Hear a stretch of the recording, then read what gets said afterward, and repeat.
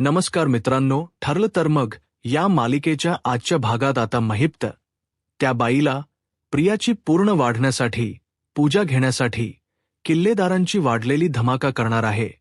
तर ती बाई स्वतः प्रियाचे लहानपणीचे खोटो दाखवत, प्रिया ही मुलगी माझ्याचकडे वाढलेली आहे आणि तिची सगळी हिस्ट्री ही सगळ्यांसमोर आणताच प्रिया ही तन्वी नसल्याचा तर बुबली असल्याचा सगळ्यात मोठा खुलासा आता त्या बाईने स्वतः सगळ्यांसमोर केलेला असताना आता महिप्तने एक मोठा डाव टाकत प्रियाची रविराज बरोबर डीएनए टेस्ट करण्याचा सल्ला देत आता डीएनए टेस्टचे रिपोर्ट जेव्हा येणार तेव्हा कोणता मोठा धमाका उडणार आहे. जेव्हा प्रिया ही रविराज आणि प्रतिमा यांची मुलगी नाही हे जेव्हा त्यांना समजणार, त्याच वेळेला कशा प्रकारे प्रियाला दोघजणही धक्के मारून घराच्या बाहेर हकवून देणार आणि पुन्हा एकदा प्रिया रस्त्यावरतीच येणार आहे, हे सगळे आपल्याला आजच्या भागामध्ये पाहायला मिळेल. त्यामुळे व्हिडिओ अगदी शेवटपर्यंत नक्कीच बघा. तर मित्रांनो, आतापर्यंत आपण मालिकेत पाहिलं होतं की प्रिया ही तिला एकदा काय घरामध्ये थारा मिळालाय, त्यामुळे ती खूप मोठ्या हवेत उडतीये, कारण तिला किल्लेदारांच्या घरात घेतल्यामुळे सुभेदारांचा ती अपमान करत सुटली आहे. परंतु तिचा हा स्वभाव प्रतिमाला अजिबात आवडत नाही आणि प्रतिमा त्यावरूनच तिला खूप बोल सुनावते की तू तुझ्या माहेरच्यांचा ठीक आहे, परंतु सासरच्यांचाही अपमान करत आहेस. तेव्हा आता प्रिया असं दणदण बोलून निघून जाते आणि प्रतिमाचा त्यामुळे खूप अपमान झालेला असतो. प्रतिमालाही खूप वाईट वाटत असतं आणि सायलीला तिचं ते वागणं अजिबातच प्रियाच आवडलेलं नसतं, कारण प्रतिमाला असं त्रासात बघणं हे सायलीला अजिबातच आवडलेलं नसतं. त्यामुळे सायली तिला समजावते की आई, तुम्ही अजिबातच काळजी करू नका, सगळं काही व्यवस्थित होईल, तुम्ही नका चिंता करू. त्यावेळेला आता हे सगळं होत असताना जेव्हा प्रतिमा ही नवरात्रीची पूजा असते, तिचा मान सायली आणि अर्जुनला देण्याचा तिचा विचार असतो, त्याच वेळेला अश्विन मात्र तोंड उघडून बोलून दाखवतो की हे सगळं कशासाठी, म्हणजे पूजेचा मान हा दादा आणि या सायलीला कशाला मिळायला हवाय. खरं तर या पूजेचा मान त्यांना त्यांच्या घरीच मिळत असेल ना, मग पुन्हा इथे त्यांना का मान मिळायला हवा. म्हणजेच अश्विनला असं म्हणायचं असतं की या माझ्या पूजेचा मान या घरात म्हणजेच मी जावई आहे, तर मला आणि तन्वीला मिळाला पाहिजे, असं त्याचं म्हणणं असतं. त्याच वेळेला मग आता प्रतिमा ही काही बोलायला जाणार तेवढ्यातच रविराज म्हणतो की का ते घर जस सायली आणि अर्जुनच आहे, तसं हेही घर सायली आणि अर्जुनचंच आहे आणि तसही सायलीला आम्ही मुलगी मानतो, त्यामुळे आमच्या या मुलीने पूजा केली तर काहीच बिघडत नाही, कारण पदोपदी प्रिया आमचा अपमानच करत आली आहे. त्यामुळे जर सायलीने आमच्या घरातली पूजा केली तर तेवढाच देव आमच्यावरती प्रसन्न होईल असंच आम्हाला वाटते. त्यामुळे या घराची पूजा करण्याचा मान किंवा या पूजेचा मान हा सायली आणि अर्जुन यांनाच मिळाला पाहिजे, असं रविराज ठामपणे त्याचं मत अश्विनला सांगतो आणि अश्विनची बोलतीच बंद करतो. तर आता हे सगळं जाऊन अश्विन हा आपल्या लाडक्या तन्वीला सांगतो आणि असं घडणार आहे. त्यामुळे तिलाही खूप राग येतो. ती म्हणते की नाही, हे असं कसं घडू शकतं, मला हे अजिबातच आवडलेलं नाहीये. म्हणजे आपण इथे राहत असताना त्या दोघांना पूजेचं मान देण्याची काय गरज होती. अश्विनी आता तिला खूप बोलून दाखवतो. त्यावेळेला मग अश्विनला ती म्हणते की आता तू बघ मी काय करते ते. तेव्हा मग तो म्हणतो की काहीच करण्याची गरज नाहीये. आता तुझ्या लक्षात आलं असेल ना तन्वी की इथेही आपल्याला काहीही मांड नाहीये, परंतु तरीही आपण इथे आलोय का, तर फक्त तू हे सगळं बोललीस ना म्हणून. पण आता मला इथे अजिबात आवडत नाहीये. तेव्हा मुद्दामच तन्वी त्याला बोलून दाखवते की नाही अश्विन, आपण असा विचार नको करूया. खरं तर ते माझे आईवडील आहेत, तुला माहिती आहे ना ती सायली कशी लोचड आहे आणि ती सगळ्यांना स्वतःच्या बाजूने करून घेत असते. त्यामुळेच खरं तर हे सगळं घडलंय, परंतु आपण हे करायला नको, असं मुद्दामच तन्वी त्याला बोलून दाखवते, कारण तिला इथून या सगळ्याच्या त्याच्या तावडीतून सुटायचंच नसतं. म्हणजेच सायलीच्या बाबतीतले आपडेच तिला कायम हवे असतात, म्हणूनच ती तिथून निघायला मान्य नसते. तर इथे महिप्त आता ठरवतो की नागराज शेठ बस झालं, आता तर प्रियाचा काही करून पर्दाफाश करायचाच आहे. तर नागराज हा महिप्तला सांगतो की आता कसं करायचं. तेव्हा महिप्तला तो विचारतो की मला सांग, तुझ्या डोक्यात काही प्लॅनिंग आहे का? तेव्हा मला घरी लवकर निघावं लागेल. मग महिप्त विचारतो की कशासाठी, काय आहे आज घरी? तेव्हा महिप्तला नागराज सांगतो की अरे आज ना घरात त्या दादाने पूजा ठेवली आहे, म्हणजे नवरात्री निमित्त. तर घरात ते सुभेदार वगैरे सगळे काही आलेत आणि अर्जुन साहिली पण आहेत. तर मला वाटत की अर्जुन साहिलीलाच या पूजेचा मान दादा वहिनी देतील. आता हे ऐकल्यावरती महिप्तच्या डोक्यामध्ये वेगळाच प्लॅनिंग सुरू होतं. महिप्त म्हणतो की एक काम करा नागराज शेठ, तुम्ही वा पुढे तुमच्या घरी पूजेसाठी हजर रहा, मात्र धमाका करायला मी तिथे येतो या बाईंना घेऊन. तेव्हा मग नागराज म्हणतो की नक्की काय काय आहे डोक्यात तुझ्या महिप्त? तेव्हा महिप्त सांगतो की तेव्हाच तुला समजेल, मी सांगतो कसं व्हायचंय, काय व्हायचंय ते, तू आता पुढे जा असं म्हणून तो त्याला घरी पाठवतो. आणि इकडे सायलीचं प्रतिमा कौतुकच करत असते आणि म्हणते की सायली हे बघ, आता मी तुला एकच गोष्ट सांगते, ते म्हणजे या पूजेचा मान तुला आणि अर्जुनलाच मिळाला पाहिजे. त्यामुळे तू आणि अर्जुन दोघजणही मिळून ही पूजा करा. तेव्हा अर्जुनही आलेला असतो आणि खरं तर प्रतिमा त्याच्या मर्जीला तोही डावलत नाही. अश्विन हा म्हणतो की पण मला हे चुकीचं वाटतंय, कारण तुम्ही हे खूप वाईट वागताय. तुमची मुलगी स्वतः करत असताना तुम्ही असं दुसऱ्या मुलीवरती. तेव्हा प्रतिमा म्हणते की एक मिनिट अश्विन, मला असं वाटत होतं की तन्वीच सेन्सलेस बोलते, परंतु तू पण तेच करतोयस. अरे ही दुसरी कोणी नाही, सायली या घरातलीच मुलगी आहे. आले का लक्षात तुझ्या? आणि मी आणि रविराज तिला मुलगीच म्हणतोय आपली असं म्हणून आता ती त्याचं तोंड बंद करून टाकते आणि म्हणते की पुन्हा असं बोलू नकोस की दुसरी कोणीतरी. सायली ही माझ्या मुलीपेक्षा काही कमी नाहीये, खरं तर प्रियापेक्षा मला ती जास्त जवळची आहे असं म्हणून आता अश्विनचीही ती इज्जत काढण्यास कमी मागे बघत. त्यानंतर मग आता सायली म्हणते की मला सांगा आता पुढे काय करायचं आहे. त्यावेळेला लगेचच ती म्हणते की मला कळत नाहीये तन्वीला खाली यायला काय झाले. प्रतिमा विचारते की बघ सायली तू तरी. तेव्हा सायली म्हणते की नका काळजी करू, मी जाते बघायला नक्की तिला काय झाले. तिला खाली पूजेला बोलावून घेते, कारण प्रतिमालाही खूप वाईट वाटत असतं. काही झालं तरीही ती तन्वीला स्वतःची मुलगीच मानत असते, म्हणजे ती माझी तन्वी आहे म्हणून तिच्या खरंतर मागे पुढे करत असते. त्यानंतर मग आता सायली ही रूममध्ये येते आणि विचारते की काय प्रिया, तुला कसला मास झालाय? म्हणजे तुला जर प्रतिमा त्या बोलवत आहेत तर तुला यायला काय झालंय खाली? अगं घरात पूजा आहे, मग असं बरोबर दिसतं का? घरची मुलगी म्हणतेस ना स्वतःला. मग तेव्हा मग आता लगेचच ती म्हणते की घरची मुलगी. अगं घरची मुलगी तर तुला म्हणतात ना, आता मग माझ्याकडे कशाला आली आहेस? जा तूच त्यांच्या मुलीचा जो काही आहे ना पूर्ण कर. मग ती म्हणते की का करतेस तू असं? त्यांना उगीचच त्रास देत राहतेस. तू विसरू नकोस की त्यांनीच तुला घरी घेतले. तेव्हा मग ती म्हणते की ठीक आहे, घेतलं असेल घरी, माझ्यावरती उपकार केलेले नाहीत. काही झालं तरीही आता मी याबाबतीत शांत बसणार नाहीये. तुला असेल ना पुळका त्यांचा, जा मग जाकर पूजा काही ते करतसही. तुला आणि तुझ्या त्या नव्यालाच मान मिळालाय ना, मग मला कशाला बोलवतेस इथे? मला कोणाच याही म्हणण्याच किंवा मनाच काहीही घेणं देणं नाहीये. मला इतकंच कळतं की मला या घरामध्ये अगदी तुझ्यामुळे दुय्यम वागणूक मिळते. मी मुलगी असूनही मला प्रेमाची वागणूक दिली जात नाही, कारण तुला त्यांनी मुलगी म्हणले ना. तुझी सो कॉल्ड आई आहे ना ती. मग ज्या असं काय करतेस असं ती बोलून दाखवते.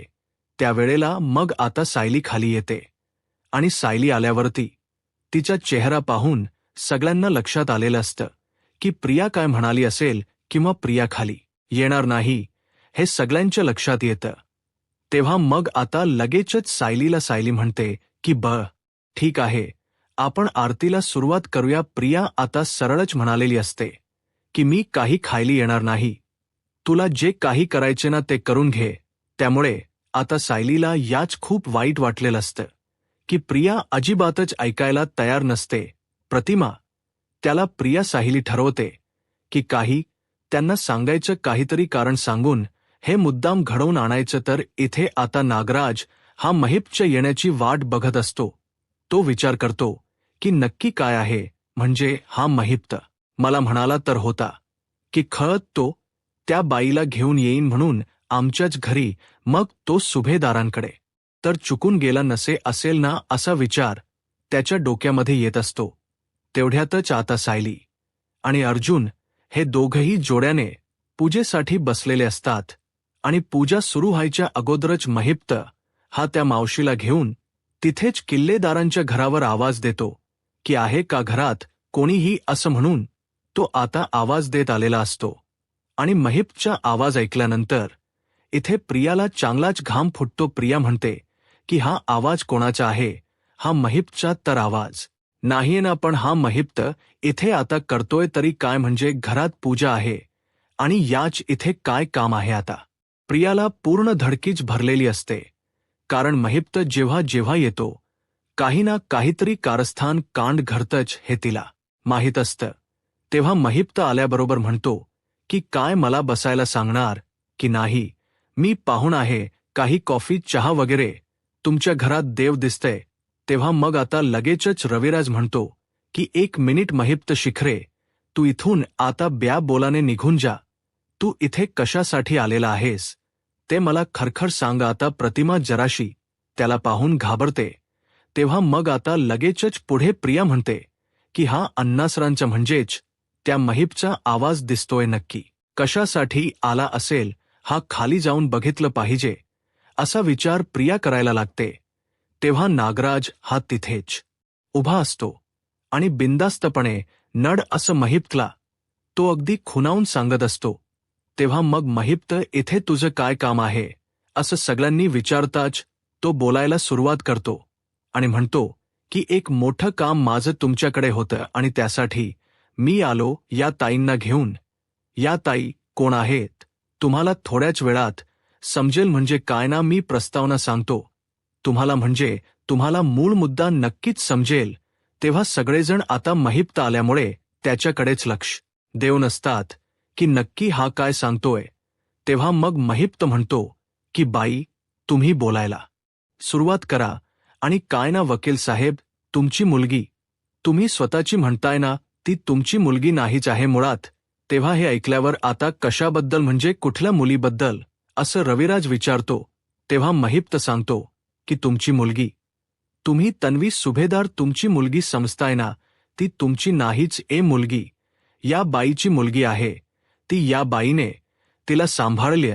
तेव्हा अर्जुन म्हणतो की काय चाललंय तुझं? म्हणजे महेश, हे सगळं तू कशासाठी करतोयस आणि का करतोयस? मला तर वाटतंय की तू काही कारण नसल्याशिवाय हे सगळं काही करणार नाहीस. त्यावेळेला महेश म्हणतो की घ्या ज्याचं करावं भलं.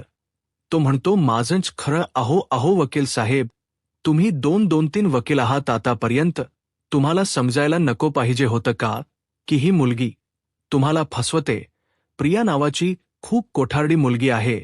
तेव्हा मग आता लगेचच रविराज म्हणतो की मला कळते की म्हणजे ती फसली गेली आहे किंवा तिला फसवले, पण तिला तू फसवले त्यामुळे ती असं वागली आहे.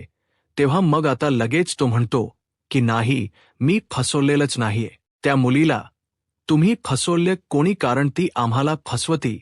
मग आता सगळेच विचारतात की तुझं इथे काय काम आहे आणि तू तिच्याबद्दल इथे खुलासा करण यासाठी का आला आहेस? तेव्हा तो सांगतो की आता माझी पण ती दुश्मन झाली आहे. जरी माझ्या मुलीच्या बाजूने तिने कोर्टात साक्ष दिली होती, तरी पण आता ती इथून जेमधून सुटली म्हणून तिचा मला खूप राग येतोय. ती मला फसवून जेलमधून सुटली आहे, कारण माझ्या मुलीला जाऊन ती तिथे जेलमध्ये पिडते. आणि ती कशी सुटली आहे, ती कशी हुशार आहे हे सतत दाखवत असते.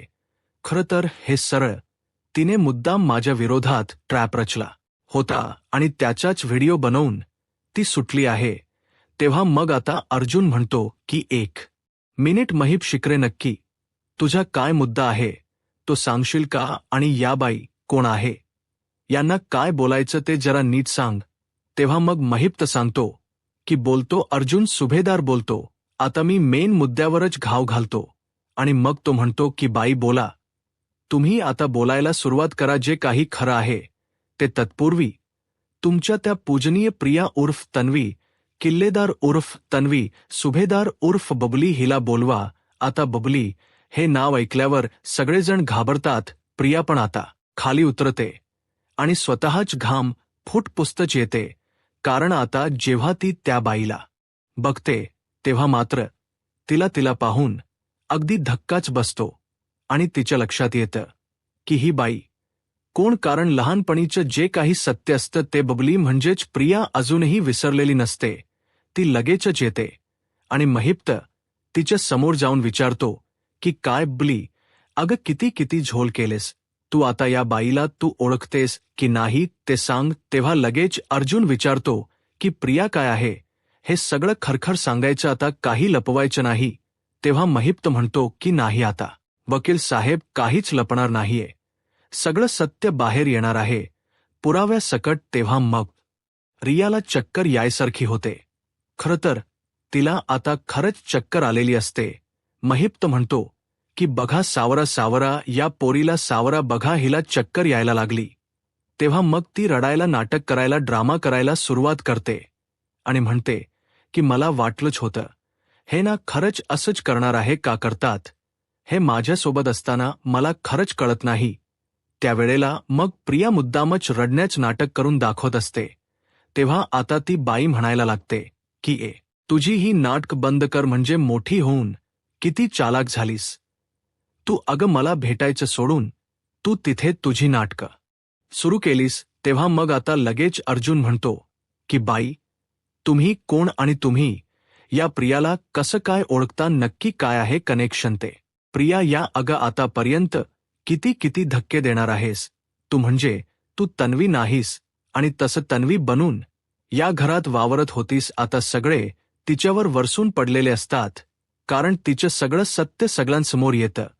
तेव्हा मग प्रिया म्हणते की नाही, ही खोट बोलतीये, तुम्ही कुठल्याही अशा खोट्या बाईवर विश्वास ठेवू नका. बघा ना, माझ्याकडे पुरावे आहेत, सगळे तुमचीच मुलगी आहे, मी सगळे लहानपणापासूनचे पुरावे माझ्याच आहेत. तेव्हा मग अर्जुन म्हणतो की पुरावे मॅनेज पण केले जाऊ शकतात बबली. तेव्हा मग आता इथे अश्विन म्हणायला लागतो की नाही, माझा या बाईवर विश्वास नाहीच.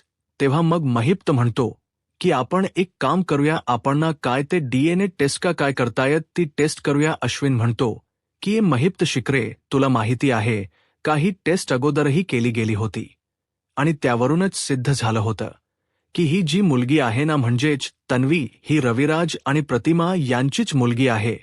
मग पुन्हा एकदा तिला किती वेळा या टेस्ट कराव्या लागतील, मी अजिबात मान्यता देणार नाही, कारण ही माझी बायको आहे, तिला किती वेळा या परीक्षांना सामोरे जावे लागणार आहे.